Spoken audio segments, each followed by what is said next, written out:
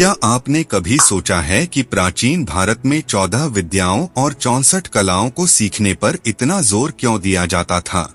क्या ये प्राचीन ज्ञान आज के आधुनिक युग में भी हमारे जीवन के लिए प्रासंगिक है? क्या यह हमारे करियर, समाज और व्यक्तिगत विकास में मदद कर सकता है?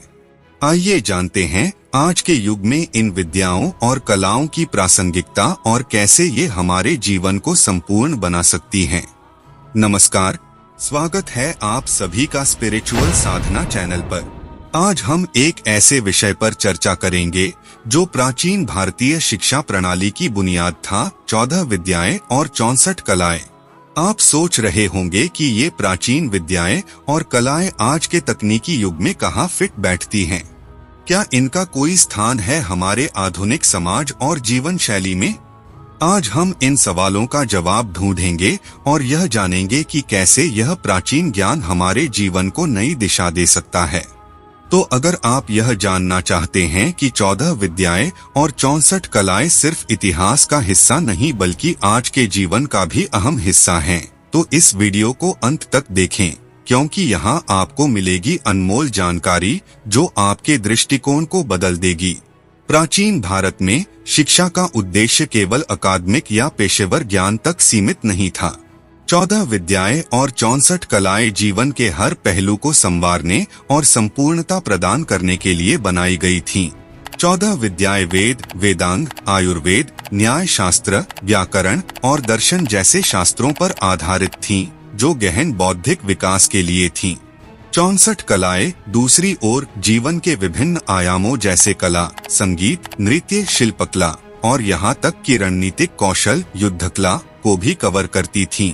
ये केवल मनोरंजन के लिए नहीं बल्कि जीवन को संतुलित, रचनात्मक और समृद्ध बनाने के लिए सिखाई जाती थीं। अगर आप भी जानना चाहते हैं कि 14 विद्या और 64 कलाएं कौन कौन से हैं, तो आई बटन और डिस्क्रिप्शन में वीडियो का लिंक है, एक बार जरूर देखें। आप सोच रहे होंगे कि आज के व्यस्त जीवन में जहां हर कोई करियर और टेक्नोलॉजी की होड़ में लगा है, वहां इन विद्याओं और कलाओं की क्या उपयोगिता है? वास्तव में यह विद्याएं और कलाएं आज के युग में पहले से कहीं अधिक महत्वपूर्ण हैं। उदाहरण के लिए आयुर्वेद आज भी स्वास्थ्य और चिकित्सा में एक प्रासंगिक प्रणाली है। संगीत और कला मानसिक संतुलन और रचनात्मकता को बढ़ावा देती हैं।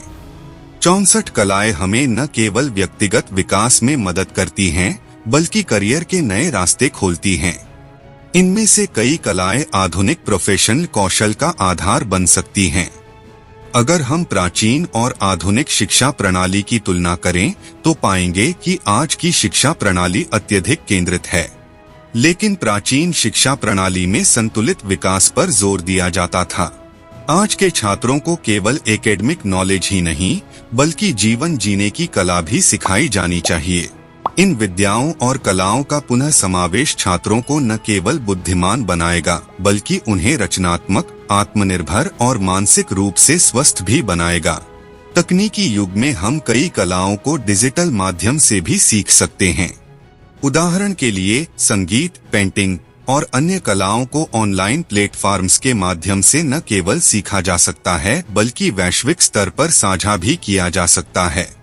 आधुनिक तकनीक के साथ मिलकर ये प्राचीन कलाएं नई ऊंचाइयों पर पहुंच सकती हैं और समाज में एक नई क्रांति का रूप ले सकती हैं।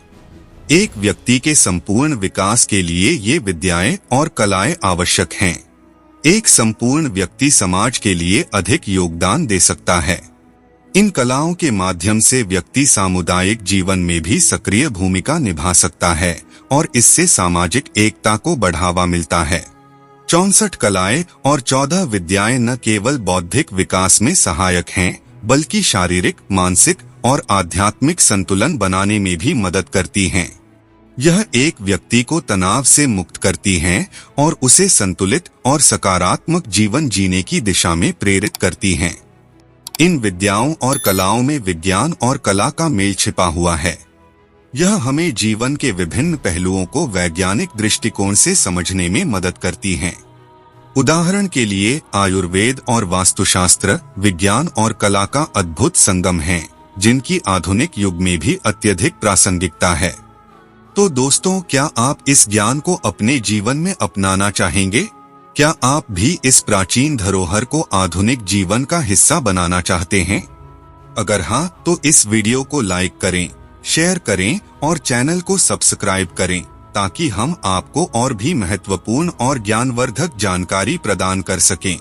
नीचे कमेंट सेक्शन में हमें बताएं कि कौन सी विद्याएं या कलाएं आपको सबसे ज्यादा प्रेरित करती हैं और आप इसे अपने जीवन में कैसे लागू करना चाहते हैं। अगली बार फिर मिलेंगे एक नए रोमांचक विषय के साथ। तब तक के लिए नमस्कार।